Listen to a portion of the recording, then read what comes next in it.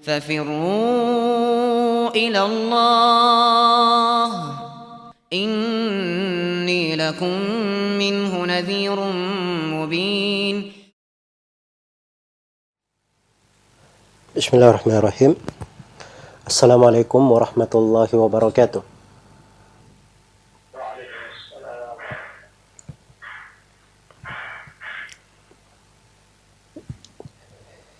Innal hamdalillah nahmaduhu wa nasta'inuhu wa nastaghfiruh wa na'udzu billahi min shururi anfusina wa sayyiati a'malina.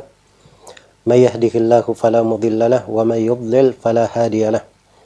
Asyhadu an la ilaha illallah wahdahu la syarika lahu wa asyhadu anna Muhammadan abduhu wa rasuluh. Ya ayyuhalladzina amanu taqullaha haqqa tuqatih wa la tamutunna illa wa antum muslimun.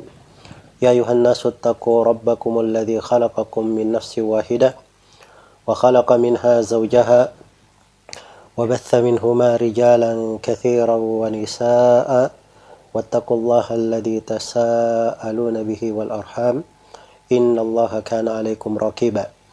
Ya ayyuhalladzina amanu taqullaha wa qulu qawlan sadida yuslih lakum a'malakum wa yaghfir lakum dhunubakum wa may yuti'illaha wa rasulahu faqad faza fawzan 'azima. Amma ba'd, fa inna asdaqal hadithi kitabullah wa khairal hadi Muhammadin sallallahu alaihi wasallam wa syarral umuri muhdatsatuha fa inna kulla muhdatsatin bid'ah wa kulla bid'atin dhalalah wa kulla dhalalatin finnar. Ma'asyiral ikhwa wal akhwat, para guru semuanya yang saya hormati dan saya muliakan serta saya banggakan. Semoga Allah Subhanahu wa taala selalu menjaga kita semua di atas kebaikan dan ketakwaan dan selalu membimbing kita semua pada ucapan dan amalan berupa hal-hal yang dicintai dan diridhai oleh Allah Subhanahu wa taala. Sebagaimana saya mohon kepada Allah Subhanahu wa taala di awal pertemuan kita ini agar supaya kita diberi kemudahan, diberi taufik, diberi sadat, diberi ilmu yang bermanfaat serta berbuah dengan amalan yang salih. Dan semoga Allah Subhanahu wa taala memudahkan kita semua dalam segala perkara dan melindungi kita semua dari segala kejelekan. Innahu waliyyu dzalika wal qadiru alaih.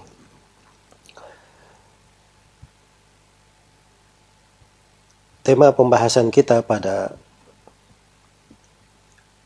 daurah kali ini adalah lembaran kisah pendidik umat. Inilah lembaran seorang guru, seorang pendidik, seorang muallim, seorang ustadz yang berkiprah di tengah manusia. Terurai di dalam kehidupan Rasulullah sallallahu alaihi wasallam yang kita akan kaji pada pertemuan ini insyaallah taala melalui hadits-hadits Rasulullah sallallahu alaihi wasallam.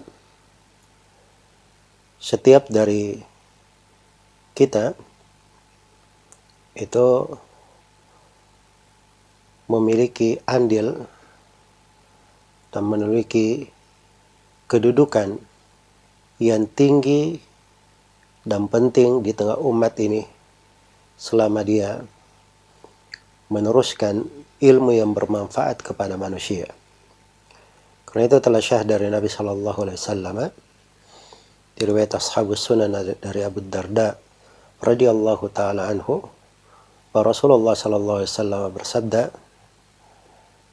al-ulama warathatul anbiya wa innal anbiya'a lam yuwarrithu dinaran wala dirhama wa innama warrathul ilm faman akhadahu akhadha bihaddin wafir.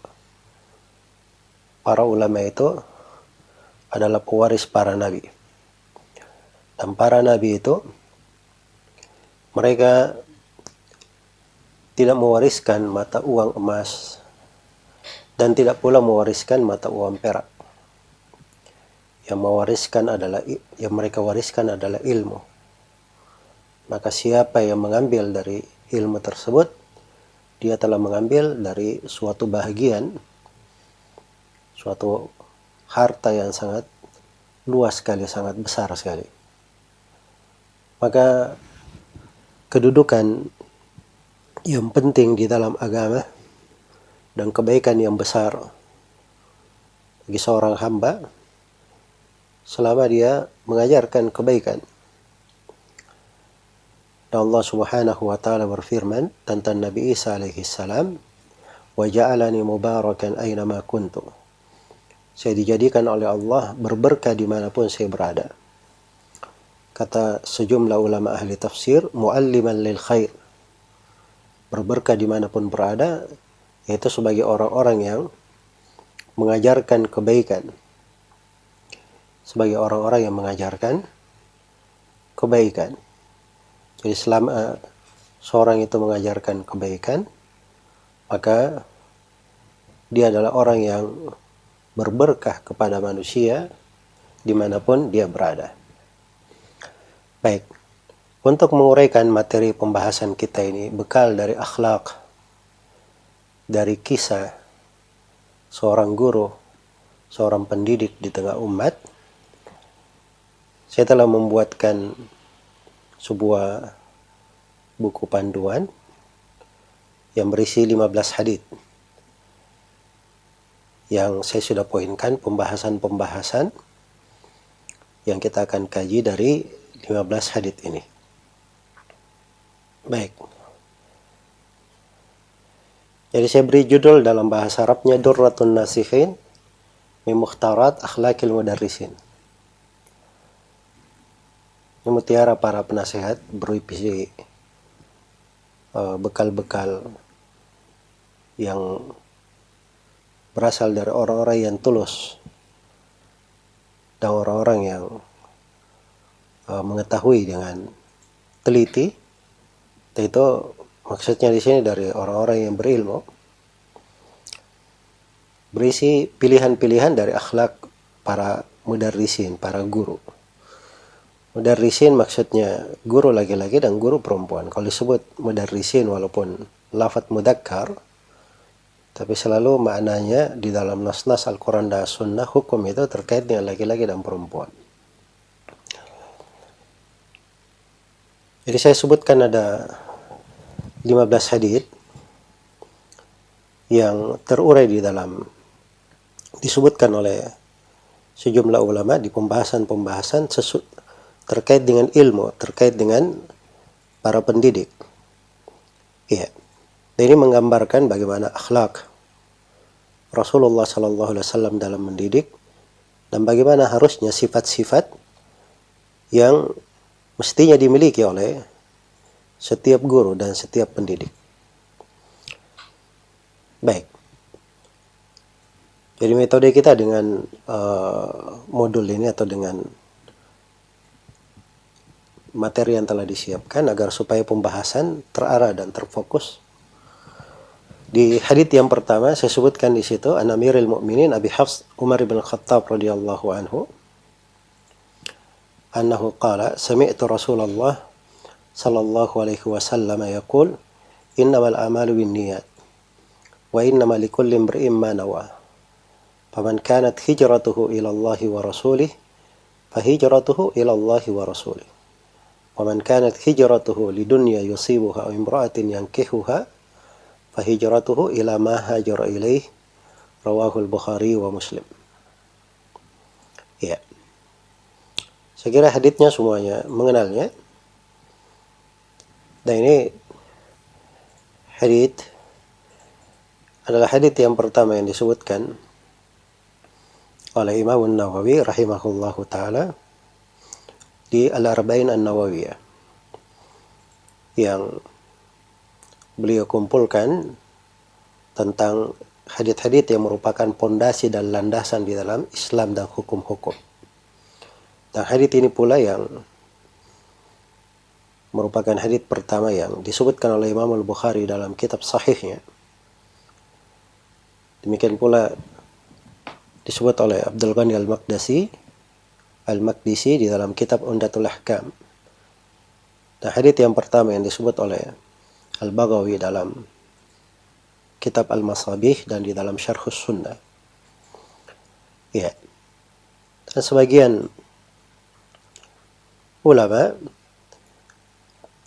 ada yang berkata, dan ini disebutkan dari Abdurrahman bin Mahdi rahimahullahu ta'ala, bahwa beliau berkata, man arada an yusannifa kitaban falyabda bihadzal hadits. Barang siapa yang ingin menulis sebuah buku, hendaknya dia mulai dengan hadits ini. Hendaknya dia mulai dengan hadits ini. Nah, ini berjalan di tengah para ulama dari masa ke masa. Mereka senang memulai dengan hadits ini agar supaya menjadi peringatan di dalam ilmu. Karena itu datang dari Imam Syafi'i. Beliau berkata bahwa hadits ini masuk di dalam 70 bab dari pembahasan fikih. Dan Imam Syafi'i dan selainnya menganggap bahwa hadits ini adalah sepertiga dari ilmu. Adalah sepertiga dari ilmu. Dan sebagian ulama ada yang mengatakannya seperempat, ada yang mengatakan seperdua. Iya. Dan semuanya memiliki ukuran-ukuran terkait dengan hal tersebut. Maka hadits ini adalah pondasi dasar di dalam Islam. Tentunya banyak pembahasan di dalam hadits. Saya poinkan di dalamnya beberapa perkara. Yang pertama, mizanul amalil batin. Timbangan untuk amalan batin. Amalan itu ada dua. Ada amalan zahir dan ada amalan batin. Amalan zahir, bagaimana mengukur keabsahan amalan, kesesuaiannya, dan memastikan dia diterima atau tidak. Ada ukurannya amalan zahir. Hadits yang menerangkan tentang hal itu adalah hadits man amila amalan laisa alaihi amruna fa huwa rad. Siapa yang beramal dengan sebuah amalan yang tidak dibangun di atas tuntunan kami, maka amalan tersebut adalah amalan yang tertolak.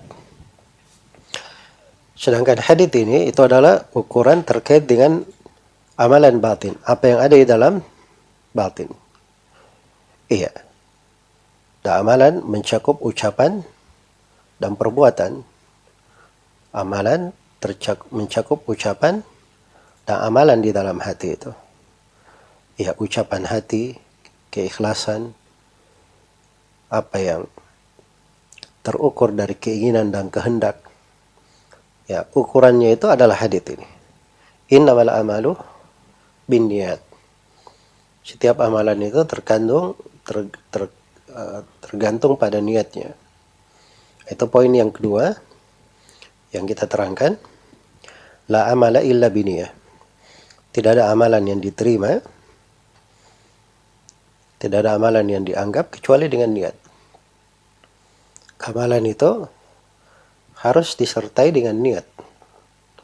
Barulah jatuh pada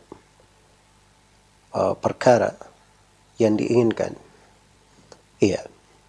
Dan ini khususnya terkait dengan ibadah, terkait dengan hal-hal yang memang dipastikan maksud di situ. Tapi ada hal yang kadang cukup ya dan tidak disyaratkan padanya ada niat. Misalnya seorang berbersih dari hadas. Maka kalau dia berbersih dari hadas tanpa niat, sepanjang dia sudah membersihkan, maka itu sudah syah. Dia menghilangkan najis darinya, menghilangkan najis dari dirinya. Iya. Demikian pula misalnya kalau seorang membayar hutangnya, sepanjang dia sudah serahkan duitnya untuk membayar, walaupun dia tidak ada niat dalam hal itu, tapi sudah dia tunaikan, maka telah terangkat kewajiban atas dirinya. Tapi secara umum bahwa amalan yang merupakan ibadah dan ketaatan itu harus disertai dengan niat. Kemudian poin yang ketiga, al-amalu mu'tabaratun bi niyatiha. Amalan itu terhitung sesuai dengan niatnya. Dia menjadi baik sesuai dengan niatnya, diterima sesuai dengan niatnya. Diterima dan ditolaknya itu semuanya tergantung dengan niat. Iya. Jadi ini innamal a'malu binniyat. Kalimat ini penegasan terkait dengan masalah amalan, ketentuan diterimanya. Wa innamal likulli imri'in ma nawa. Dan untuk setiap orang mendapatkan apa yang dia niatkan. Itu poin yang keempat yang saya sebutkan, thawabul amil ala amalihi, ya, ala hasbi niyatihi. Itu kurang sinnya, diperbaiki. Pahala seorang yang beramal terhadap amalannya itu tergantung pada niatnya. Tergantung pada niat. Yang terkait dengan pahalanya itu tergantung pada niat. Ya. Sampai pada masalah-masalah kebiasaan, kalau diniatkan padanya niat yang baik, dia bisa berpahala. Dia bisa berpahala. Misalnya dia tidur kebiasaan. Semua orang tidur. Tapi kalau dia tidur agar supaya tidur di awal malam, supaya menjadi pembantu baginya, hal yang mendorongnya, memberinya semangat untuk bisa berdiri sholat di akhir malam, dia niatkan dengannya wasilah kepada ketaatan, maka wasilah ini bisa berpahala. Tidur itu bisa berpahala. Iya. Sama dengan makan dan minum. Makan dan minum dari kebiasaan. Tapi kalau seorang itu meniatkan kebaikan dengan hal tersebut, misalnya dia makan dan minum supaya ada kekuatan guna melakukan ketaatan kepada Allah, melaksanakan aktivitasnya dan kewajibannya, melaksanakan sholat 5 waktu dan semisal dengannya, maka itu akan bernilai pahala untuknya. Iya. Karena itulah seorang hamba, apalagi seorang guru dan pendidik, kita harus perhatian terhadap niatnya. Iya, karena pada niat itu memberi pengaruh yang sangat besar. Memberi pengaruh yang sangat besar. Karena itu lihat dari keberkahan ilmu yang disampaikan oleh Nabi Shallallahu Alaihi Wasallam, menjadi manfaat hingga hari kiamat. Tidak ada yang menandingi beliau di dalam masalah keikhlasan. Dan lihat bagaimana keberkahan ilmu para sahabat Rasulullah Sallallahu Alaihi Wasallam. Tidak ada dari umat ini yang menyaingi para sahabat di dalam amalan hati tersebut. Bahkan tidak ada dari seluruh umat, dari sahabat para nabi dan para rasul, yang lebih utama daripada sahabat Rasulullah Sallallahu Alaihi Wasallam. Iya. Karena itu mereka adalah contoh di dalam hal ini. Maka seorang apabila ingin dikekalkan kebaikannya di tengah manusia dan apa yang disampaikan bermanfaat untuknya, maka hendaknya dia pelihara dari niatnya, dari keikhlasannya kepada Allah Subhanahu wa Ta'ala. Di masa Imam Malik rahimahullah, Imam Malik itu menulis kitab Al-Muwatta, dimaklumi. Dia menulis kitab Al-Muwatta di masa tersebut, banyak orang yang menulis. Ada seorang alim di masa Imam Malik terkenal, Muhammad bin Abdurrahman bin Abi Dhi'b, menulis Muwatta lebih besar dari Muwatta Imam Malik rahimahullah. Iya, maka ketika disampaikan hal itu kepada Imam Malik hanya berkata, maka lillahi baki. Apa yang dilakukan karena Allah, dia akan kekal. Dia akan tetap ada.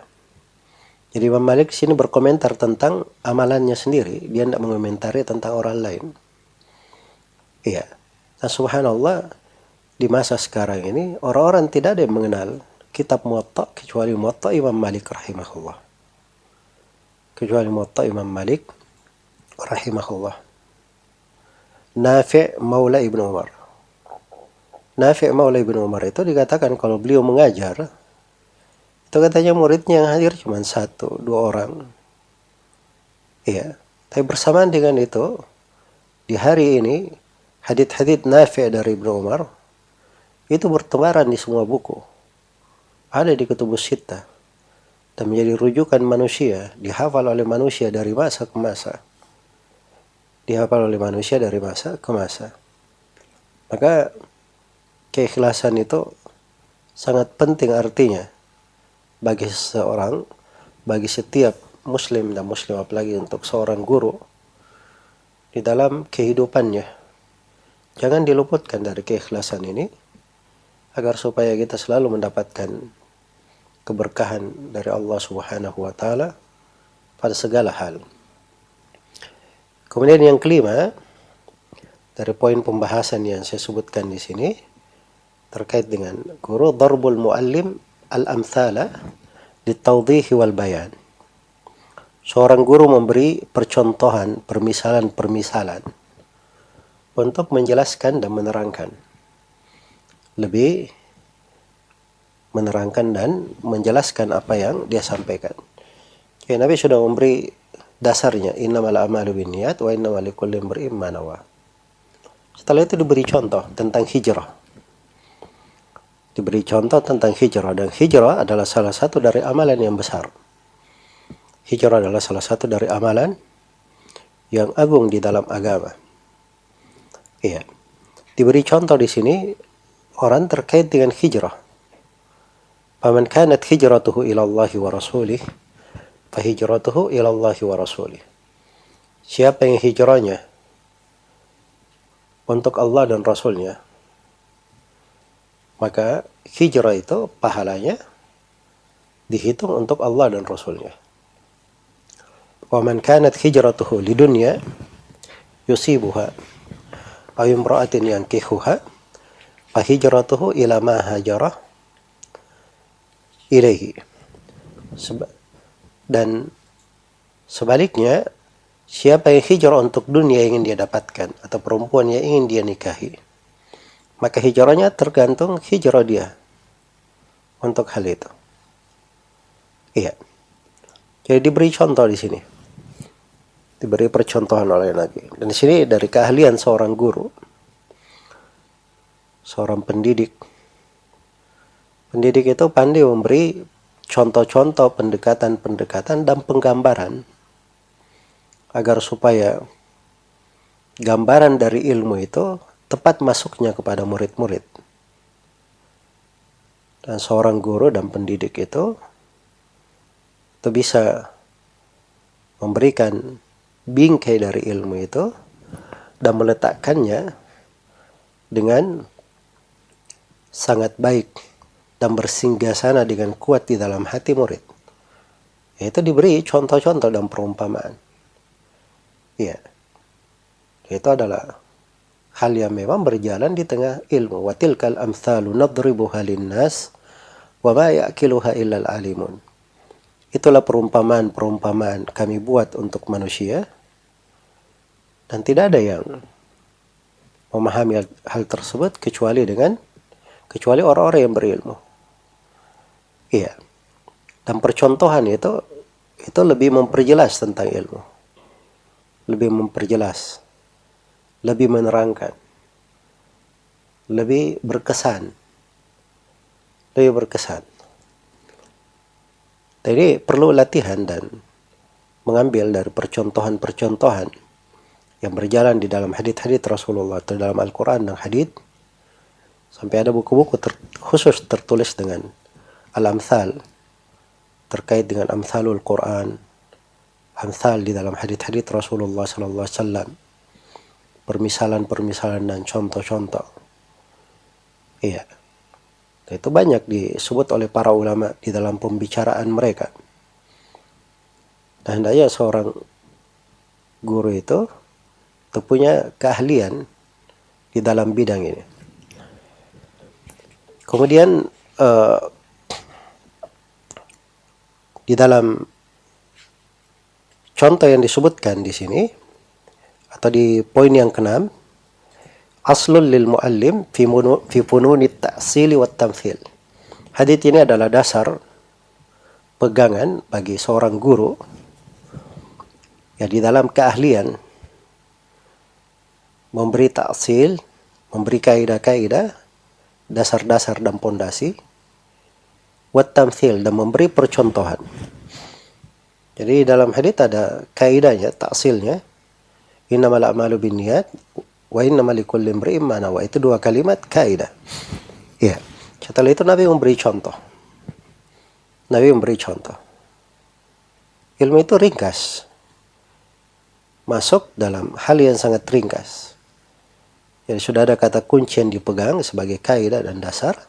Setelah itu diberi percontohan untuk menerangkan dasar dan kata kunci ini. Iya. Dan ini dasar yang harusnya dipegang oleh seorang guru. Kemudian yang ketujuh, al-amalul wahid qad yakunu ajran li insan wa qad yakunu hirmanan li akhar. Sebuah amalan, satu amalan. Ya, kadang amalan ini pahala untuk seseorang, dan kadang amalan itu bagi orang lain tidak berpahala. Ini contohnya hijrah. Kalau dia hijrah kepada Allah dan Rasulnya, maka hukum hijrahnya apa? Dihitung kepada Allah dan Rasulnya. Diulangi lafadznya, menunjukkan kelengkapan pahala untuknya dan keagungan apa yang dia kerjakan. Betul-betul kepada Allah dan Rasulnya, disandarkan kepada Allah dan Rasulnya, dan itu kebesaran dan kemuliaan amalannya. Tapi kalau dunia, dia hijrah untuk perempuan atau untuk dunia yang ingin dia raih, maka dikatakan hijrahnya seperti apa yang dia niatkan. Tidak diulangi, tidak dikatakan hijrahnya untuk dunia dan perempuan, tidak. Tapi seperti apa yang dia niatkan. Itu bahasa meremehkan, menghinakan. Iya. Bahwa hijrah terhadap dunia atau harta yang ingin dia dapatkan itu adalah hal yang hina, hal yang tidak teranggap. Maka ini harusnya dipahami. Kadang seorang dalam satu aktivitas, sama aktivitasnya, tapi bisa saja seorang itu berbeda di dalamnya. Iya. Karena itu disebutkan oleh sebagian ulama, ada dua orang mungkin yang sholat, dia sama di belakang imam, gerakannya semuanya sama dari takbiratul ihram sampai salam. Tapi yang satu sholatnya di bumi, mungkin kalau dibahasakan lagi, yang satu lagi sholatnya dia di dalam sumur yang sangat dalam, yang satunya lagi sholatnya berada di langit. Berbeda dari sudut niatnya, dari sudut khusyuknya, dari sudut keikhlasannya. Iya. Sama di dalam pengajaran guru.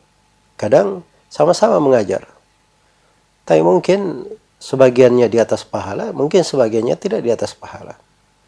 Apa yang membedakan? Itu kembali kepada niat. Karena itulah hendaknya kita menghargai dari hidup dan waktu, serta kebaikan untuk diri kita, dengan melatih diri menjaga niat dan keikhlasan ini. Yang kedelapan, hadits ini terdapat keutamaan ikhlas, di mana ikhlas itu sangat besar sekali kebaikannya untuk seorang hamba.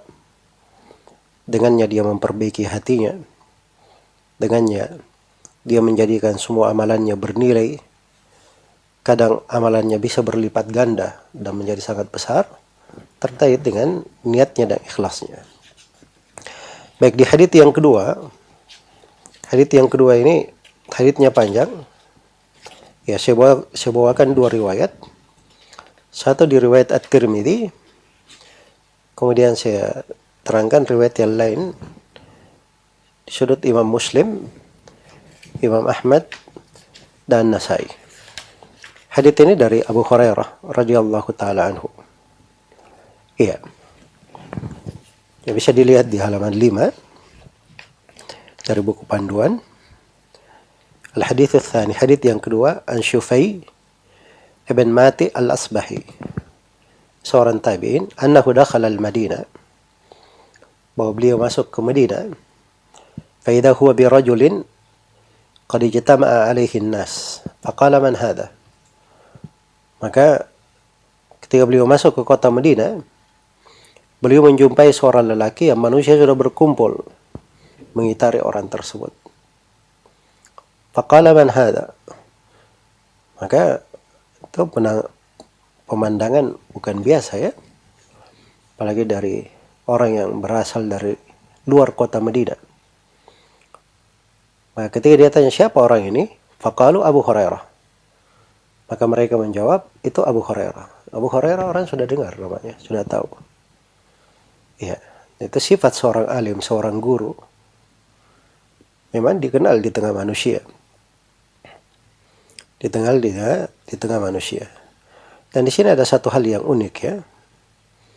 Dan patut kita renungi terkait dengan Abu Hurairah radhiyallahu taala anhu.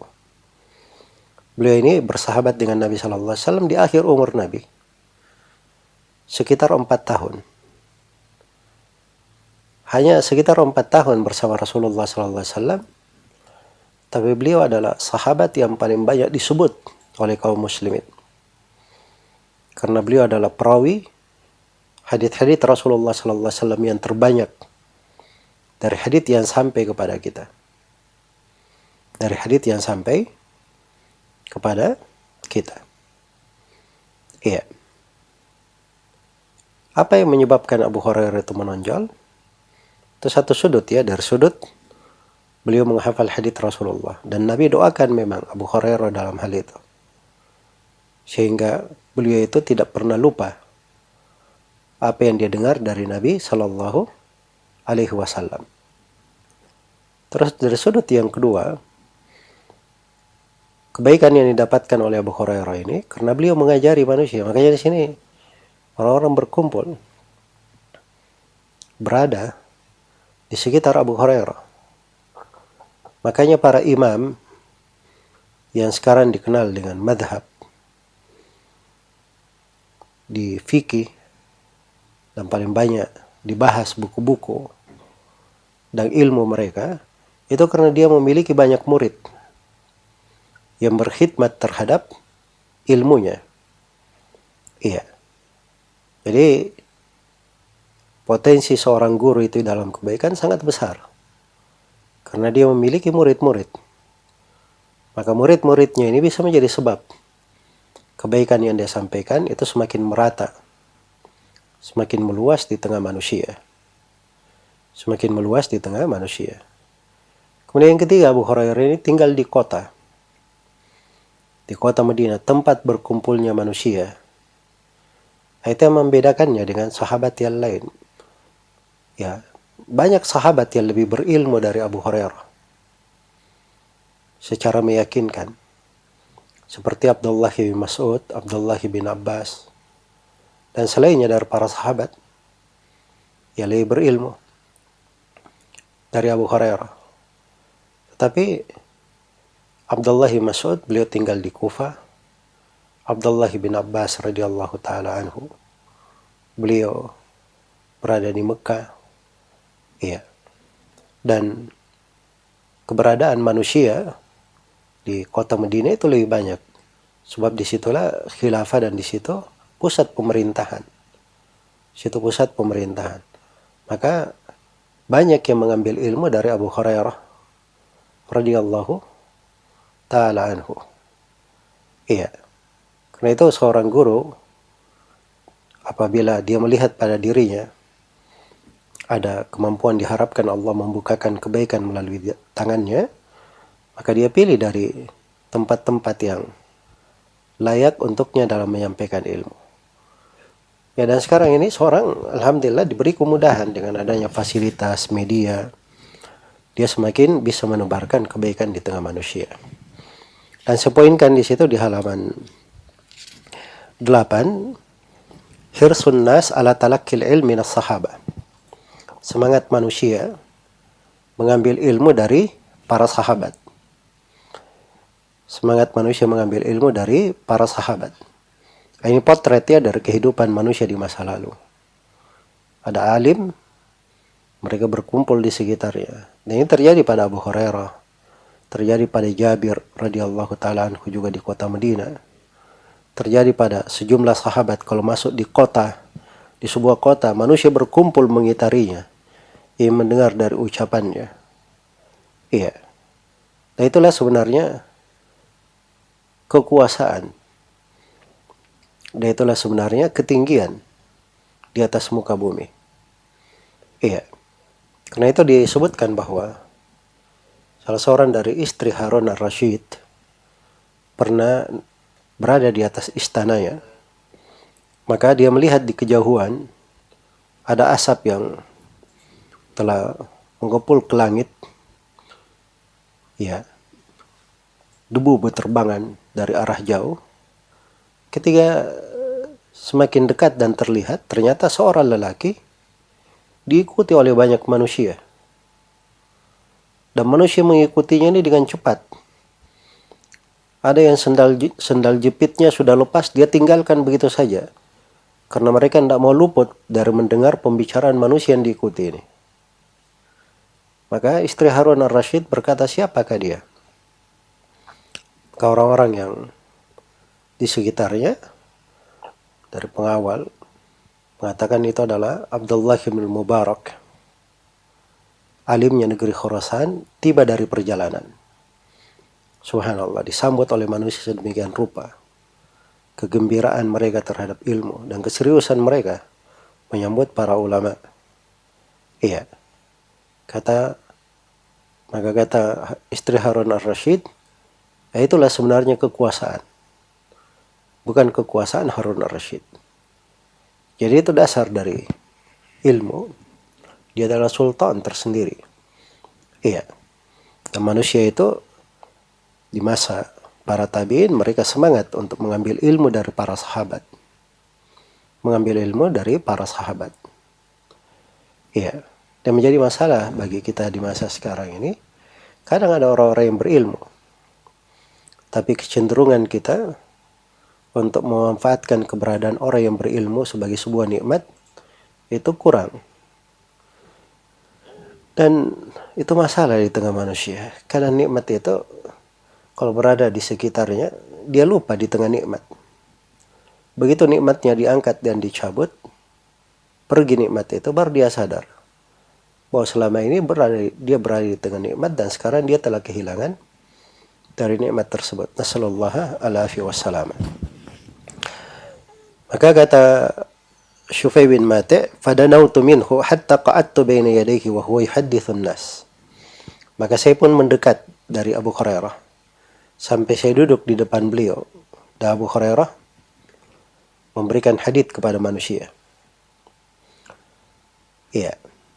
Ini adab ya dalam menuntut ilmu. Falamma sakata wa khala, begitu Abu Hurairah diam dan bersendiri, qultu lahu, maka saya berkata kepadanya, as'aluka bihaqqin wa bihaqqin lama haddatsani hadithan sami'tahu min Rasulillah sallallahu alaihi wasallam aqaltahu wa alimtahu. Saya meminta engkau dengan hak, kemudian dengan hak. Ini takkid ya. Maksudnya saya minta kepada engkau dengan sungguh-sungguh dan betul-betul sungguh-sungguh. Untuk hadits yang kamu ceritakan kepada saya, kamu dengar langsung dari Nabi sallallahu alaihi wasallam. Yang kamu memahaminya dan kamu betul-betul mengetahuinya. Ya, sebenarnya seluruh hadits yang disampaikan oleh Abu Hurairah sifatnya seperti itu. Dia pahami dan betul-betul dia mengerti. Namun dimaklumi ya bahwa para sahabat Rasulullah itu kadang ada sebagian hadits dia dengar langsung dari Nabi, dan kadang ada sebagian hadits dia dengar dari sahabat yang lain.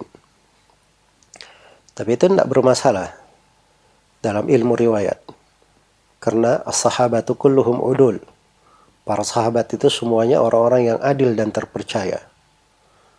Seluruh yang dia sampaikan, kalau dia sudah berkata dari Rasulullah SAW, maka itu pasti berasal dari Nabi. Iya. Karena itu disebutkan di buku-buku mustalah bahwa Ibnu Abbas radhiyallahu taala anhu itu mendengar hadits langsung dari Nabi SAW, itu hanya sekitar 22 hadits. Iya. Dan yang lainnya itu beliau dengarkan melalui perantara para sahabat. Bersama dengan itu, tidak pernah ada riwayat dari Ibnu Abbas yang dipermasalahkan oleh para ulama. Kalau dia berkata, Rasulullah bersabda atau Rasulullah berbuat begini, karena itu sama hukumnya kalau dia langsung menyaksikan atau mendengarkannya dari Nabi Sallallahu Alaihi Wasallam. Iya. Maka ketika ditanya seperti ini Abu Hurairah, faqala Abu Hurairah, af'alu. Lau uhaddithannaka hadithan haddathanihi Rasulullah sallallahu alaihi wasallam aqaltuhu wa alimtuhu. Ya, kata Abu Hurairah, saya akan lakukan. Sungguh saya akan ceritakan kepada engkau sebuah hadits yang Rasulullah sallallahu alaihi wasallam menceritakannya kepadaku. Saya memahaminya dan betul-betul mengetahuinya. Thumma nashagha Abu Hurairah nashghatan. Famakathna qalilan thumma afaq. Kemudian Abu Hurairah radhiyallahu taala anhu nashagha. Nashagha itu kayak orang mau pingsan, orang mau jatuh. Iya. Kayak orang mau jatuh. Lalu beliau berhenti sejenak, lalu setelah itu beliau sadar. Kemudian beliau berkata lagi, faqala la uhaddithannaka hadithan haddathanihi Rasulullah sallallahu alaihi wasallam fi hadzal bait. Ma ma'ana ahadun ghairi wa ghairuhu. Saya akan ceritakan kepada engkau sebuah hadits yang Rasulullah sallallahu alaihi wasallam ceritakan kepada aku di rumah ini. Maksudnya di masjid ini. Ya, ini kan dia sedang di masjid. Berada di tengah manusia. Dan tidak ada seorang pun selainku dan selain Nabi sallallahu alaihi wasallam di rumah itu atau di masjid ini. Ya, karena Abu Hurairah radhiyallahu taala anhu kadang beliau berada di sekitar Nabi, tidak ada orang lain. Ya, dan Nabi bercerita hadits-hadits disaksikan oleh Abu Hurairah radhiyallahu taala anhu. Thumma nashagha Abu Hurairah nashghatan shadida thumma afaqa famasaha wajhihi. Kemudian Abu Hurairah ya kayak mau pingsan tapi dengan sangat berat sekali. Kemudian beliau sadar lalu mengusap wajahnya. Faqala af'alu la uhaddithannaka hadithan haddathanihi Rasulullah sallallahu alaihi wasallam wa ana wa huwa fi hadzal bait ma ma'ana ahadun ghairi wa ghairuhu. Ya, saya akan lakukan. Saya akan ceritakan kepada engkau hadits yang Rasulullah ceritakan kepadaku. Saya dan beliau di rumah ini tidak ada seorang pun selain saya dan beliau. Thumma nashagha Abu Hurairah nashghatan shadidah thumma mala kharran ala wajhihi fa asnadtuhu alayya tawilan. Kemudian Abu Hurairah kayak mau pingsan tapi lebih keras lagi. Sampai beliau itu condong hampir tersungkur. Iya. Di atas wajahnya. Maka kata Syu'aib bin Mate, saya sandarkan beliau di dadaku lama. Saya sandarkan beliau kepada saya sangat lama. Thumma afaq. Kemudian Abu Hurairah sadar. Iya. Faqala, maka Abu Hurairah berkata. Ini kondisi Abu Hurairah ingin menyampaikan hadits ini luar biasa beratnya. Ingin menyampaikan hadits ini ya betul-betul beliau sangat mengetahui akan maknanya. Ya. Dan ini menunjukkan rasa takut para sahabat Rasulullah sallallahu alaihi wasallam. Iya. Kata Abu Hurairah, haddatsani Rasulullah sallallahu alaihi wasallam anna Allah tabaraka wa ta'ala idza kana yaumul qiyamah yanzilu ila al-ibad liyaqdiya bainahum wa kullu ummatin jathiyah. Sungguhnya Allah tabaraka wa ta'ala apabila hari kiamat Allah turun di tengah hamba-hamba untuk memutuskan antara mereka. Ya, dan setiap umat itu berkelompok. Fa'awwalu man yad'u bihi rajulun jam'al Qur'an. Maka orang yang paling pertama dipanggil adalah seorang lelaki yang mengumpulkan Al-Qur'an. Wa rajulun qutila fi sabilillah, dan seorang lelaki yang terbunuh di jalan Allah. Wa rajulun katsirul mal, dan seorang yang banyak hartanya. Dan ini awal ketika terjadi qada, perhitungan pada hari kiamat. Yang dihadapkan pertama ada 3. Yang pertama adalah orang yang mengumpulkan Al-Quran. Dan yang kedua, orang yang berperang di jalan Allah, mati syahid, mati di peperangan. Dan yang ketiga, orang yang banyak harta berinfak. Ya, fayaqulullahu, maka Allah berfirman lil qari, kepada orang yang banyak membaca Al-Quran ini, alam u'allimka ma anzaltu ala rasuli, bukankah aku telah ajari kepada engkau apa yang aku turunkan kepada Rasulku. Ini subhanallah dahsyat ya. Di mana Allah takrir nikmat-nikmat yang Allah berikan. Dan nikmat ilmu ini pertama ditanyakan, bukankah engkau telah aku ajari apa yang aku turunkan kepada Rasulku? Iya. Yaitu Al-Quran.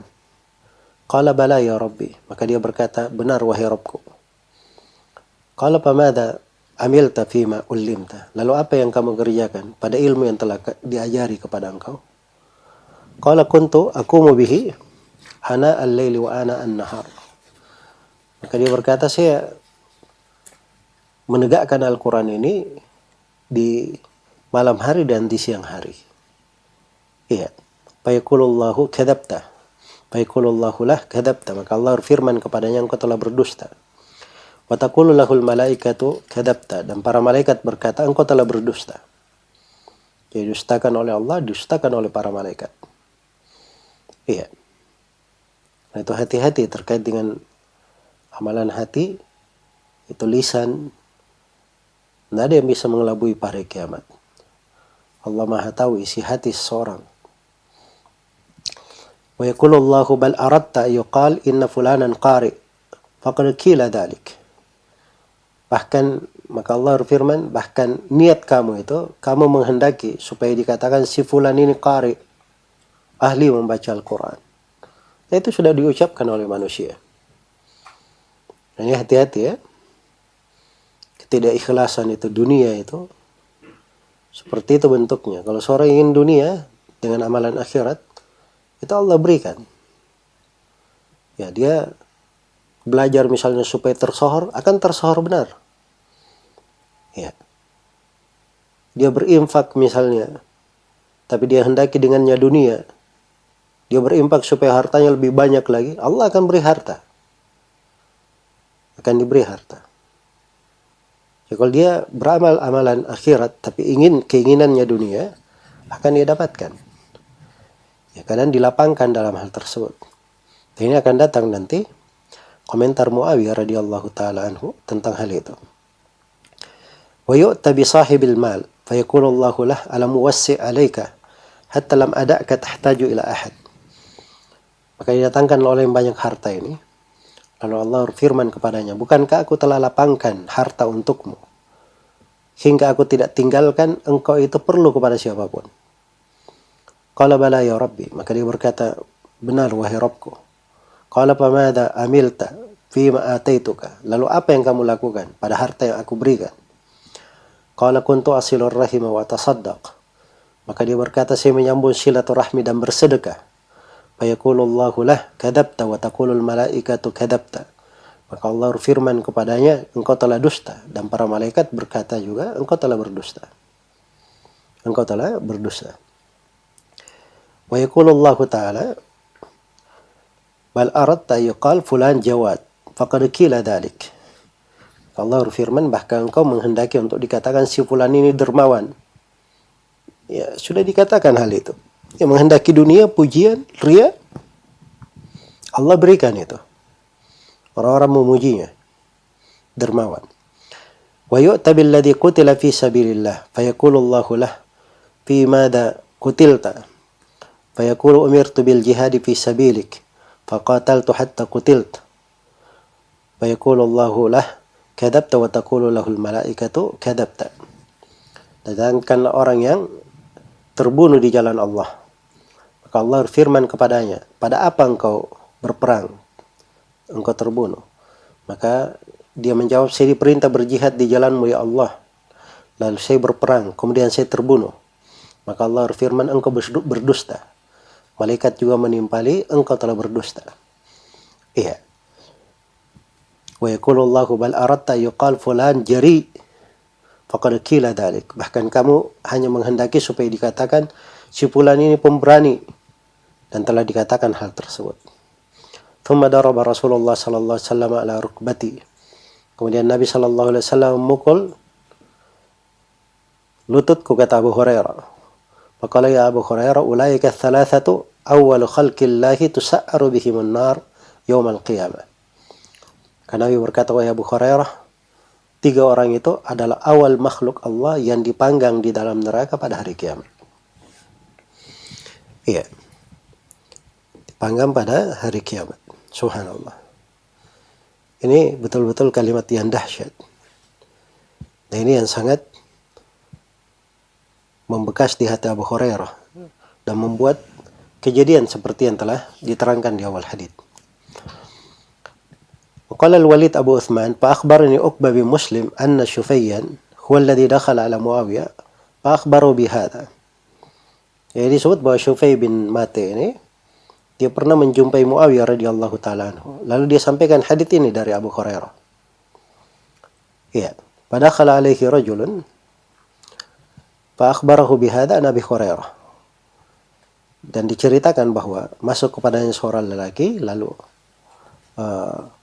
طيب قال أبو عثمان وحدثني العلاء بن أبي حكيم أنه كان سيافا لمعاوية فدخل عليه رجل فأخبره بهذا أنا أبي هريرة. Ini di sudut lain dari riwayat Al-Ala bin Hakim bahwa masuk seorang kepada Muawiyah. Nah, disebut namanya sih. Kalau riwayat sebelumnya sebut Syufai. Lalu dikabarkan kepada Muawiyah hadits tersebut. Faqala Muawiyah qad fu'ila bi haula'i hadza fa kaifa biman baqiya minan nas. Kata Muawiyah radhiyallahu taala anhu, hal ini subhanallah dipanggang ke dalam neraka 3 orang ini. Iya. Padahal 3 orang ini bukan kafir, ini muslim. 3 orang ini. Masalah mereka diria. Ya, dilakukan hal itu terhadap mereka. Bagaimana pula dengan manusia yang lainnya? Thumma baka Muawiyah buka'an syadidan hatta dhananna annahu halik. Kemudian Muawiyah radhiyallahu taala anhu menangis dengan tangisan yang sangat keras. Iya, sampai kami menyangka bahwa beliau akan binasa. Beliau akan mati. Wa qulna qad ja'ana hadzal rajul bisyarr. Akhirnya kami berkata, ini orang ini telah membawa kejelekan, membuat Muawiyah sampai seperti itu. Thumma afaqa Muawiyah wa masaha an wajhihi. Kemudian Muawiyah tersadar, lalu beliau mengusap wajahnya. Wa qala sadaqallahu wa rasuluh. Dan beliau berkata, Allah dan Rasulnya telah benar. Man kana yuridul hayatad dunya wa zinataha nuwaffi ilaihim a'malahum fiha wa hum fiha la yubkhasun. Ulaika alladhina laysa lahum fil akhirati illa an-nar wa habita ma sana'u fiha wa batilun ma kanu ya'malun. Beliau bacakan ayat ini. Siapa yang menghendaki dunia dan perhiasannya dan gemerlapnya, maka kami akan sempurnakan amalan mereka dalamnya dan mereka tidak dikurangi. Dan ini siapa yang mencari dunia dengan amalan akhirat, Allah akan sempurnakan balasan untuknya. Karena itu hati-hati ya. Sekarang ini banyak orang-orang yang mengajak, ayo bersedekah. Nanti siapa yang bersedekah dengan 1 mobil, dia akan diberi 700 mobil pada hari kiamat. Ya. Jadi penggambarannya itu bukan pada keikhlasan niat untuk bersedekah, tapi dunia yang ingin dia dapatkan. Ya, saya melakukan sholat duha supaya rezeki saya banyak. Ya, karena dia sedang mengurus sebuah proyek dunia yang dia cari. Ini nggak dapat apa-apa. Tapi kalau dia lakukan sebuah amalan lillah karena Allah Subhanahu wa taala, maka dunia itu akan mengikut kepadanya. Itu memang betul keutamaannya. Orang yang sholat duha akan dimudahkan urusannya dalam sehari. Tapi seorang itu beramal bukan untuk dunia, dia beramal untuk Allah. Dan keutamaan itu pasti dia dapatkan. Iya, karena itu orang yang mencari dunia seperti ini, disempurnakan, tidak dikurangi. Tapi ingat, ulaikal ladzina laisa lahum fil akhirati lan nar. Mereka ini tidak ada bagiannya di akhirat kecuali neraka. Wa habita ma sana'u fiha. Dan hancur seluruh amalan mereka, seluruh perbuatan mereka. Wa batilun ma kanu ya'malun. Dan batil segala amalan yang mereka kerjakan. Baik, kemudian riwayat berikutnya di Sahih Muslim Ahmad Nasai Ini semisal dengannya ya. Saya dahulukan riwayat At-Tirmidzi sebab riwayat At-Tirmidzi ini lebih lengkap. Baik, saya poinkan di situ ada 5 pembahasan. Yang pertama, hirsun nas ala talaqqil ilmi minas sahabah. Semangat manusia untuk mengambil ilmu dari para sahabat. Yang kedua, as-sabru ala sa'il. Bersabar terhadap orang yang bertanya. Ya, kadang yang bertanya itu, Masya Allah ya, bertanya ya menekan. Bertanya membuat seorang itu takut. Tapi seorang alim itu, dia menyampaikan ilmu. Ya, diminta dengan sungguh-sungguh dan sangat benar, dia sampaikan. Sebab itu sifat dari ilmu. Memang diambil dengan keyakinan. Yang ketiga, fadlu sahabati fil ilmi wal khasyi wal amal. Terdapat keutamaan para sahabat dalam ilmu, rasa takut dan amalan. Yang keempat, azim sya'nil ikhlas. Besarnya perkara ikhlas ini. Dan yang kelima, khatarur riya. Bahaya dari riya. Ini riya subhanallah sebuah penyakit. Tidak ada yang merasa aman dengannya. Karena itu para ulama rahimahumullahu ta'ala untuk mengobati riya ini, itu selalu mereka mengkaji dengan seksama ayat-ayat Al-Quran. Dan mereka kaji hadits-hadits Rasulullah. Mereka bahas buku-buku khusus yang terkait dengan ikhlas, terkait dengan riya. Untuk memperbaiki amalan mereka. Dan ini kondisi hati hendaknya diperbaiki dan dijaga. Ya wallahu ta'ala alam. Kemudian hadits yang ketiga dari hadits-hadits yang menggambarkan lembaran kisah seorang pendidik dari Zir bin Hubeish rahimahullah, ini dari kalangan tabi'in, annahu qala ataitu Safwan ibn Assal al-Muradi. Saya mendatangi Safwan bin Assal al-Muradi radhiyallahu anhu. Ya, sahabat Nabi sallallahu alaihi wasallam. Faqala ma ja'a bik. Maka beliau berkata, ya, Safwan bin Assal bertanya, apa yang membuat kamu datang ke sini? Ya, apa sebabnya kamu datang ke sini? Qala faqultu ji'tu atlubul ilm. Maka kata Zir bin Hubeish Al-Kufi, saya datang untuk menuntut ilmu. Faqala inni sami'tu Rasulullah sallallahu alaihi wasallam yaqul. Maka beliau berkata, sungguhnya saya mendengar Rasulullah sallallahu alaihi wasallam bersabda, "Ma min kharijin yakhruju min baitin fi talabil ilm illa wada'at lahu al-malaikatu ajnihataha ridan bima yasna." Rawahu Ahmad wa Ibnu Majah. Ya, maka kata Safwan bin Assal radhiyallahu anhu, sungguhnya saya mendengar Rasulullah sallallahu alaihi wasallam bersabda, tidak seorang pun yang keluar. Dia keluar dari rumahnya dalam rangka menuntut ilmu, kecuali para malaikat akan meletakkan sayap-sayapnya ridha terhadap apa yang dia cari. Saya poinkan ada 3 pembahasan ya, terkait dengan adab dan akhlak para pendidik. Yang pertama, tarhib wa tabsyir li talibil ilm. Menyambut dan memberi kabar gembira untuk para penuntut ilmu. Ya, jadi kalau ada penuntut ilmu itu disambut. Sangat dihargai. Ya. Bergembira dengan kedatangan mereka. Apalagi penuntut ilmu agama itu para pewaris. Orang-orang yang datang mencari warisan Nabi sallallahu alaihi wasallam. Diharapkan menjadi cikal bakal kebaikan untuk manusia. Maka bergembira dengan hal tersebut, ditarhib, disambut. Ya, dan itu akhlaknya seorang guru. Karena itu Nabi sallallahu alaihi wasallam didatangi oleh rombongan-rombongan dari berbagai pelosok negeri. Iya. Ketika datang sebagian rombongan, Nabi berkata, "Marhaban bil qaum ghaira khazaya wala nadama." Selamat datang untuk kaum yang datang. Tidak ada kehinaan dan tidak ada penyesalan. Iya. Disambut dengan hal yang terbaik bagi orang-orang yang datang untuk ilmu. Kemudian yang kedua, fadlu talabil ilm, keutamaan orang yang menuntut ilmu.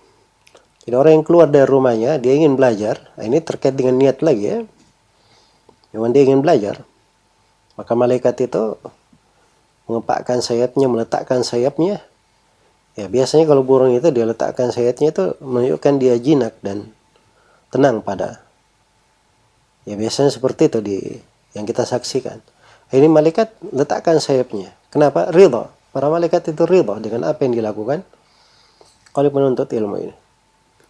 Maka itu hal yang diridhai oleh Allah dan Rasulnya, hal yang diridhai oleh para malaikat, makhluk-makhluk Allah yang paling taat kepada Allah Subhanahu wa ta'ala. Dan ini dari keutamaan orang yang menuntut ilmu. Kemudian yang ketiga, tanbihut talib alal ihtimam li sya'ni niyatihi fil ilm. Terdapat seorang talib itu diingatkan, kadang sifatnya bertanya, apa yang membuat kamu datang ke sini? Itu kan mengingatkan. Ya, tujuan dia datang. Niatnya. Karena seorang penuntut ilmu itu harus dibimbing untuk selalu mengontrol niat, memperbaiki niat. Ya. Karena itu kata sebagian as-salaf, saya menuntut ilmu itu wa ma li kabirun niyah, dan saya tidak memiliki niat yang besar, maksudnya niat betul-betul bagus. Ya. Tapi ternyata ilmu ini tidak mau dituntut kecuali dengan niat yang ikhlas. Maka saya pun mengikhlaskan niatku. Nah, mungkin kadang di awal-awal seorang penuntut ilmu itu niatnya belum hadir begitu kuat, belum begitu besar. Atau kadang sebagian orang belajar karena keinginan orang tuanya. Atau ternyata begitu dia sudah masuk kepada ilmu, dia cinta kepada ilmu. Ya, maka guru itu membantunya untuk hal itu, ditambih. Ya, semakin ditata, dirawat, dibesarkan. Baik. Kemudian berikutnya, hadits yang keempat. Di hadits yang keempat ini banyak pembahasan yang penting dan menarik terkait dengan seorang pendidik. Iya. An Zaid bin Thabit radhiyallahu anhu, dari Zaid bin Thabit radhiyallahu anhu. Annahu qala sami'tu Rasulullah sallallahu alaihi wasallam yaqul. Beliau berkata, saya mendengar Rasulullah sallallahu alaihi wasallam bersabda, "Naddarallahu imra'an sami'a minna haditsan." Semoga Allah mengindahkan wajah seseorang. Dia mendengar sebuah hadits dari kami. Nadhara itu dari kata nadhara, keindahan di wajah. Berseri-seri wajahnya, menunjukkan kegembiraan. Biasanya orang berseri-seri wajahnya itu bergembira sekali. Ya, karena itu penduduk surga dikatakan dalam Al-Quran, wujuhu yawma idzin nadhirah ila rabbiha nadhirah. Wajah-wajah pada hari itu berseri-seri bergembira. Kenapa? Karena melihat kepada Rabbnya. Melihat kepada Allah itu kenikmatan yang terbesar di surga. Makanya wajahnya berseri-seri, sangat bergembira sekali. Ini didoakan nadharah. Ya, dan doa nadharah, diberi nadharah al-wajah. Ini keutamaan ya, bukan cuma di dunia saja, tapi juga di akhirat. So, orang-orang yang bisa melihat Allah, itu wajahnya pasti punya nadharah. Dan ini adalah doa Nabi untuk para penghafal hadits ini, para ahlul hadits. Iya. Dan ini keutamaan besar bagi mereka di dalam hal ini. Baik. Naddarallahu imra'an. Semoga Allah mengindahkan wajah seseorang. Sami'a minna haditsan. Dia mendengar dari kami sebuah hadits. Itu saya poinkan beberapa pembahasan. Yang pertama, tathabbut min sihhati ma yunsabu ila Nabi sallallahu alaihi wasallam. Seorang itu cross check terhadap apa yang dinisbatkan kepada Nabi. Ini orang betul-betul dia sampaikan apa yang dia dengar. Dan yang dia dengar itu sebuah hadits. Itu dia pastikan. Karena ada sebagian orang kadang subhanallah itu tidak dia pastikan ini hadits atau bukan, pembicaraan Nabi atau bukan. Iya. Itu bukan sifat orang yang didoakan di sini. Karena itu seorang guru, seorang ahli hadits, seorang penuntut ilmu itu peka terhadap apa yang didengar dari hadits-hadits. Dia pastikan keabsahannya. Iya. Ya, kalau dia sudah mendengar, dia pastikan dari sebuah hadits, fahafidhahu, lalu dia menghafalnya. Ini saya poinkan masalah yang kedua, fadlu hifdzil ilm. Keutamaan menghafal ilmu. Dan seorang membaca yang memahami. Banyak dia baca. Tapi subhanallah dari apa yang dibaca itu yang paling gampang dia hadirkan adalah apa yang dia hafal. Apa yang dia hafal.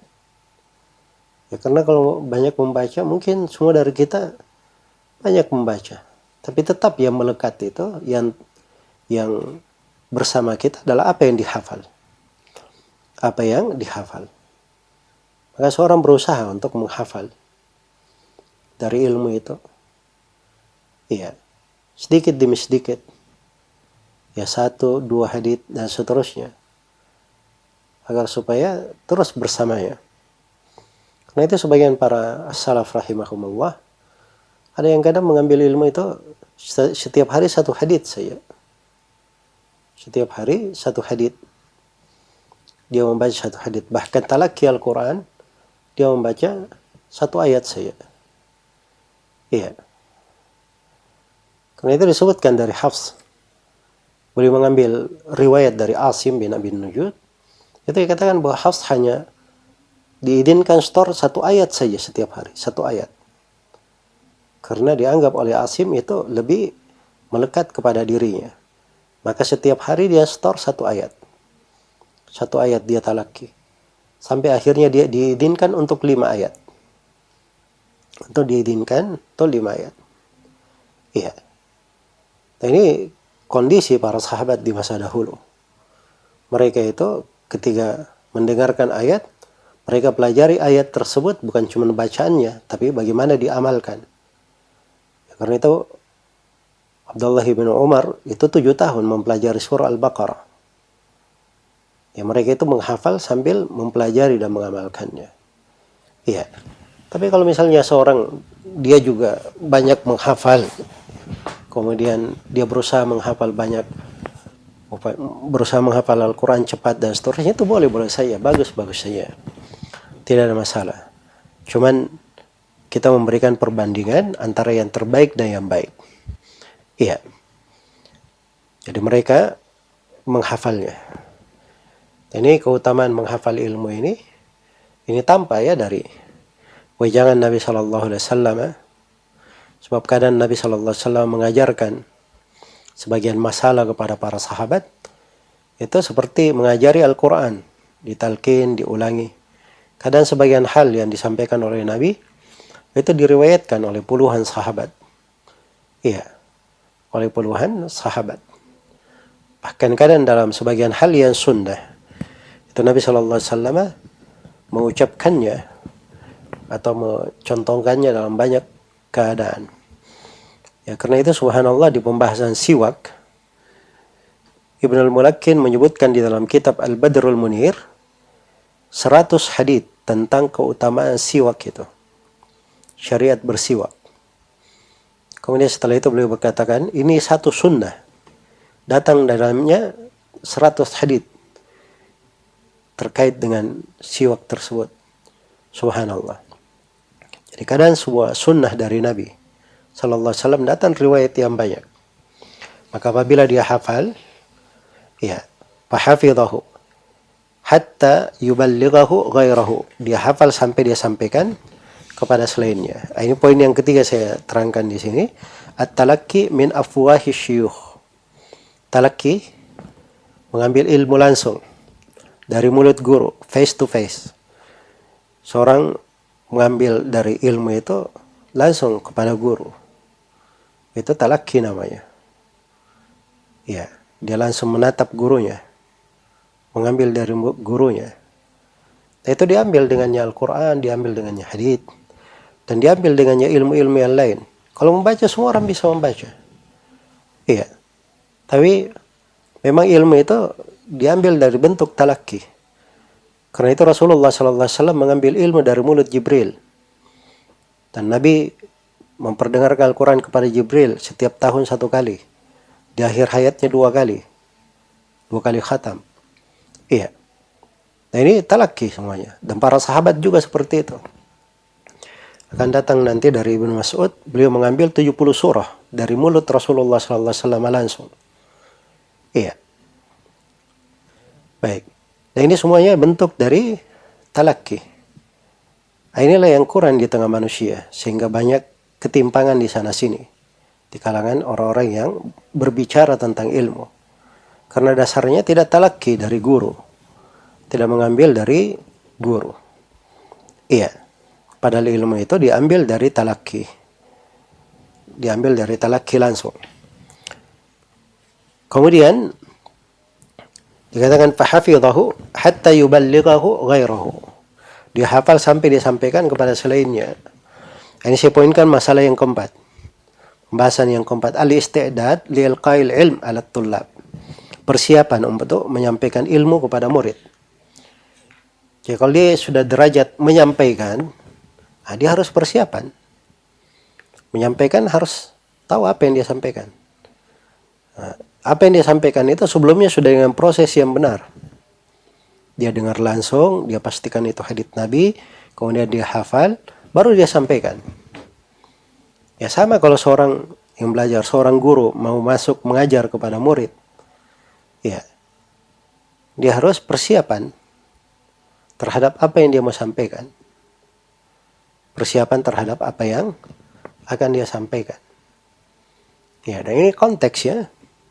Kita terhadap manusia secara umum saja, kalau berbicara kepada orang, kita diperintah berbicara dengan ucapan yang terbaik. Ya. Wa qul li ibadi yaqulu allati hiya ahsan. Katakan kepada hamba-hambaku supaya berucap ucapan yang terbaiknya. Ucapan yang terbaiknya. Ini kepada ucapan manusia, apalagi seorang berucap kepada orang lain dengan ilmu. Maka harus dia pilih ucapan yang terbaik. Dia sampaikan dari ilmu yang sudah dia siapkan. Pelajaran yang betul-betul dia rapikan. Dia pilih dari kalimat-kalimat yang mencocoki syarak. Dia pilih dari lafaz-lafaz yang betul-betul sesuai dengan hal tersebut. Ya. Nah ini perlu pembiasaan.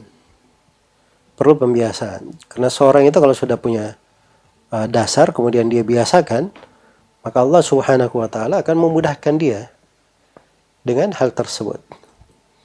Memudahkan dia dengan hal tersebut. Iya. Jadi saya lihat guru saya, Syekh Shalal Fauzan itu kalau menulis tulisan akan dimasukkan ke koran atau kemana, atau beliau memberi kata pengantar, itu enggak ada beliau bikin dulu sebuah kertas, beliau kemudian setelah itu beliau pindah ke kertas yang lain. Beliau hanya pakai satu kertas, beliau tulis langsung di situ. Ya, dan subhanallah, jarang diketemukan beliau meralat atau ada kesalahan, tapi langsung selesai tulisan. Nah, itu pembiasaan. Saya baru tahu belakangan metode itu ketika diingatkan oleh guru kami yang lain, Syekh Wasiullah Abbas, dan beliau menasihatkan, latih diri kalian agar supaya kalian itu menulis sesuatu langsung dan jangan diundur-undur dan jangan berulang. Dan itu perlu latihan. Ya. Karena itu beliau kalau setiap ada masalah atau mau menulis pelajaran itu langsung menulis. Ya, dan ketika seorang sudah membiasakannya, sudah terbiasa, maka akan terlihat suatu hal yang bagus di dalam hal itu. Jadi kadang seorang guru itu dia perlu untuk melihat metode-metode yang membantu dia. Dia mengambil dari hal-hal yang membiasakannya supaya bisa berkiprah lebih baik di tengah umat dan di tengah manusia. Kemudian pembahasan yang kelima, fadlu tablighil ilm. Keutamaan menyampaikan ilmu. Ya, hatta yuballighahu. Karena yang didoakan di sini orang yang mendengar hadits, menghafal, menyampaikan. Didoakan dengan nadharah. Ya, karena itu tidak ada kebaikan yang lebih indah daripada ini. Iya. Dan semuanya mengambil andil di dalam hal tersebut. Kemudian di kelanjutan hadits dikatakan oleh Rasulullah sallallahu alaihi wasallam, "Fa innahu rubba hamili fiqhin laysa bifaqih, wa rubba hamili fiqhin ila man huwa afqahu minhu." Karena kadang orang yang menyandang fikih dia bukan seorang ahli fikih. Iya. Dan kadang orang yang menyandang fikih, dia membawa fikih itu kepada orang yang lebih fakih, orang yang lebih paham, lebih fakih daripada dia. Ini saya poinkan ada dua pembahasan ya. Pembahasan yang keenam di situ, la yakfi mujarradu hifdhin nusus lidarajatil faqihil mufti. Tidak tidak cukup sekedar menghafal nas-nas. Ya kalau sekedar menghafal ayat Al-Quran, hadits Rasulullah Sallallahu Alaihi Wasallam, semuanya bisa. Ya, anak-anak kecil saja, masya Allah ya, banyak yang jagoan dalam menghafal. Dia bisa hafal ayat-ayat berserta nomornya, beserta halamannya. Iya. Tapi itu sebuah derajat. Ingin naik ke jenjang derajat yang lain, itu ada. Tidak cukup dia menghafal nas.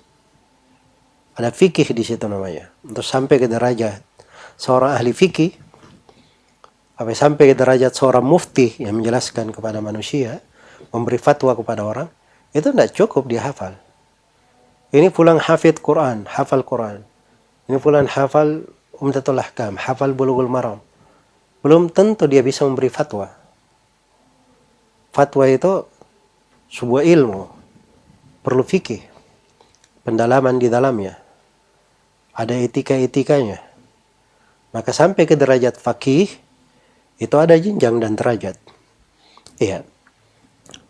Karena itu di poin yang ketujuh, al-farqu bain hamil fiqh wal faqih. Ada perbedaan antara orang yang menyandang fikih dan ahli fikihnya. Penyandang fikih itu dia hafal fikih. Dia hafal fikih. Misalnya seorang menghafal hadits, man baddala dinahu faqtuluh. Siapa yang mengganti agamanya maka bunuhlah dia. Bunuhlah dia. Ini hadits dia hafal. Kadang seorang menghafalnya banyak. Ya.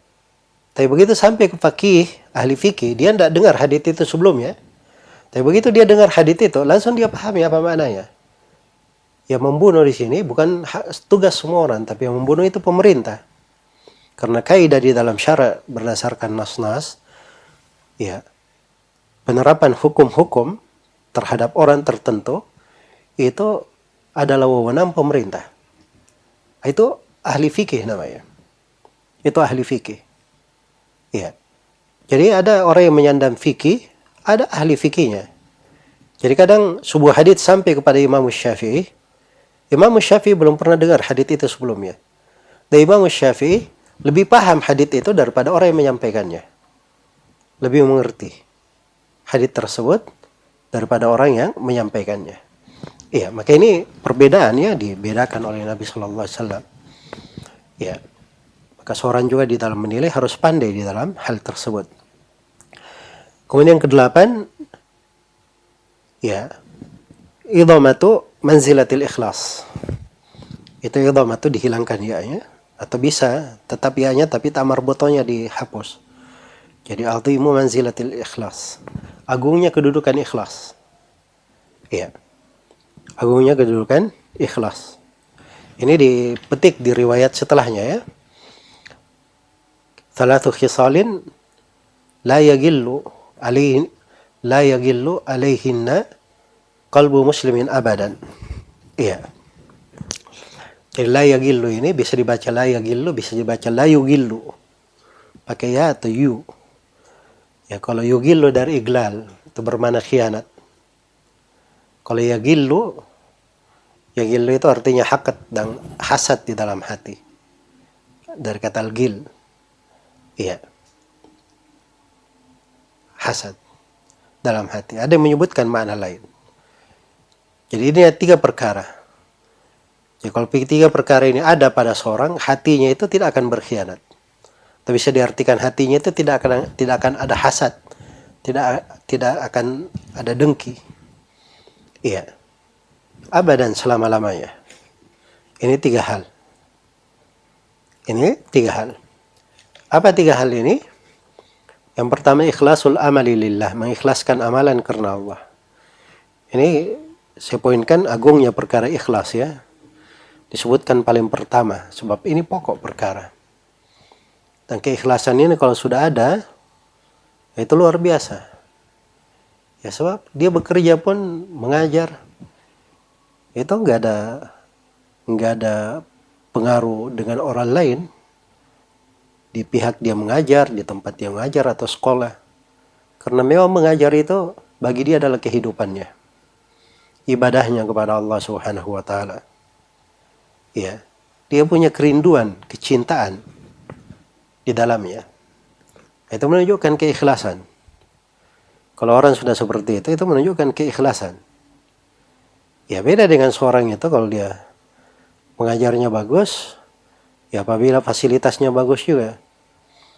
Dia mengajarnya bagus, kalau dia lihat anak-anaknya merespon bagus atau sponsornya merespon bagus, itu hati-hati, harus dia perbaiki keikhlasan dalam hal tersebut.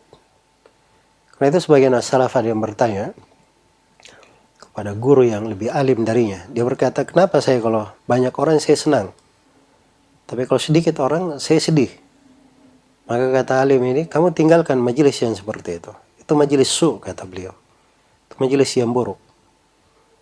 Ini menunjukkan tambih atas keikhlasan. Itu terkait dengan keikhlasan tidak seperti itu. Nah itu orang-orang yang ikhlas dari para ulama, mereka mengajar satu murid saja diajari. Ya.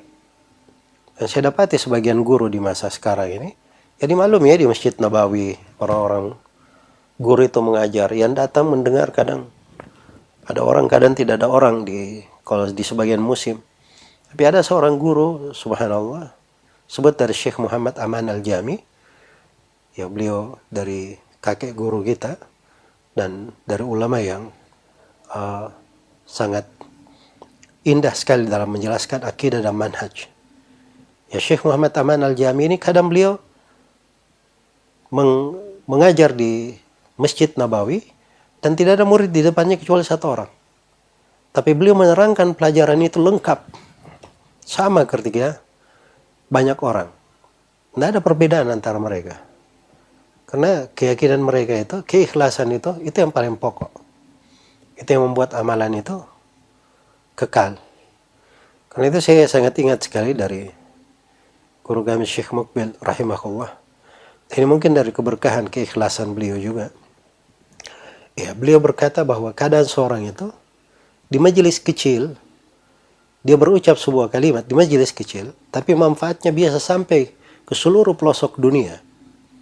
Seluruh pelosok dunia. Nah, itu banyak hal yang terkait dengan masalah keikhlasan. Karena itu diperhatikan dari keikhlasan ini.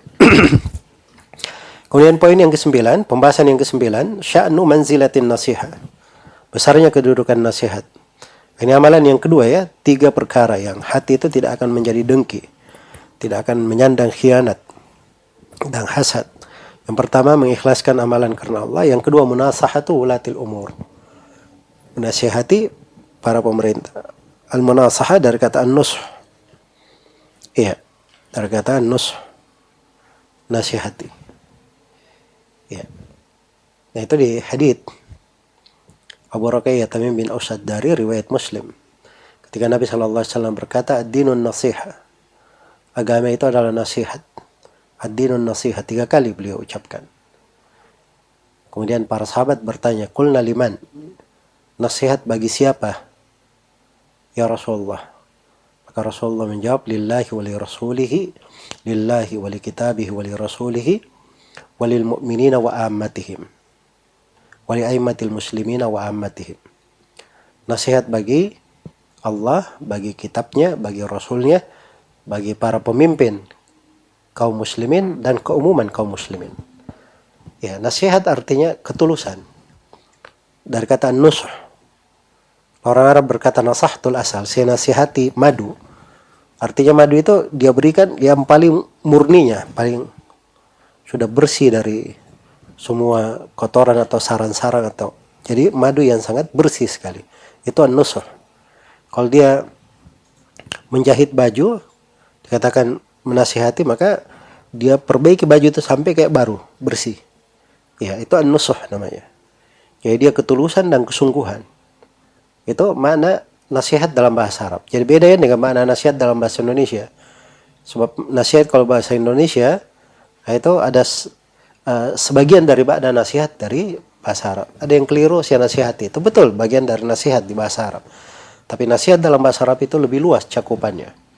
Karena itu nasihat kesungguhan, ketulusan bagi Allah, ketulusan bagi kitabnya, ketulusan bagi Rasulnya, ketulusan bagi para imam kaum muslimin dan keumuman kaum muslimin. Iya. Dan terhadap para pemimpin kaum muslimin ada ketulusan dengan cara mendoakan mereka. Kalau mereka keliru, kita menegurnya secara langsung, bukan dengan teriak-teriak di jalan. Kemudian membantu mereka dalam amalannya, menunaikan hak-hak mereka, bersabar kalau mereka melakukan kezaliman. Ya, itu semuanya bentuk dari an-nusuh, nasihat, kesungguhan dan ketulusan. Kemudian waluzum jama'atihim, waluzumul jama'ah, ini yang ketiga. Dan komitmen di atas jamaah. Fa inna da'watahum tuhitu min waraihim. Karena dakwah mereka ini meliputi dari belakang mereka. Ini yang ke-10 ya, al-hathu 'alal ijtima' wan nahyu 'anil iftiraq. Anjuran untuk bersatu dan larangan untuk berpecah.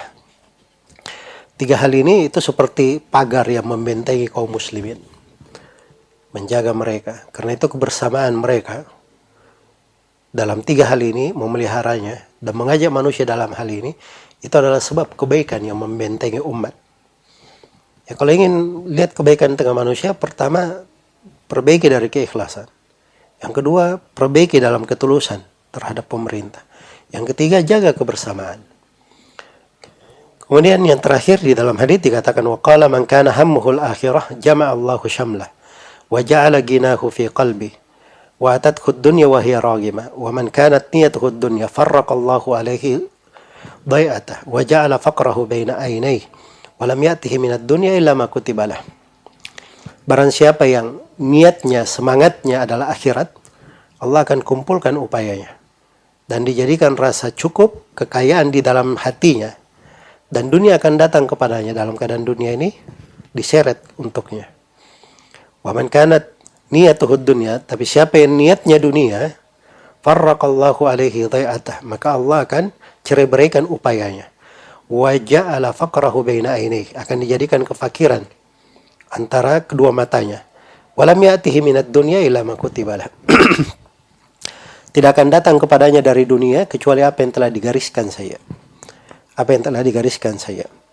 Ini saya poinkan masalah yang ke 11, thalathu khisal lil qalbi salim.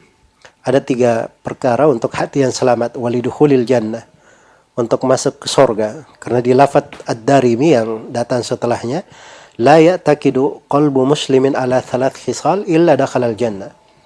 Tidaklah hati seorang muslim meyakini 3 perkara kecuali masuk surga. Thumma bayyana dzalik. Kemudian Nabi terangkan ikhlasul amali wan nasihatu wilatul amr wa luzumil jamaah.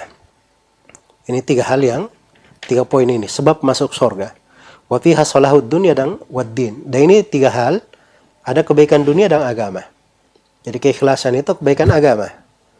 Ya, taat kepada pemerintah, nasihat kepada pemerintah bersama jamaah itu kebaikan dunia dan akhirat. Kebaikan dunia dan juga kebaikan akhirat. Baik. Jadi ini menggabungkan antara dunia dan akhirat. Baik, saya izin dulu. Kita akan sambung nanti di sesi berikutnya. Subhanakallahumma wa bihamdik asyhadu an la ilaha illa anta astaghfiruka wa atubu ilaik. Walhamdulillahirabbil alamin.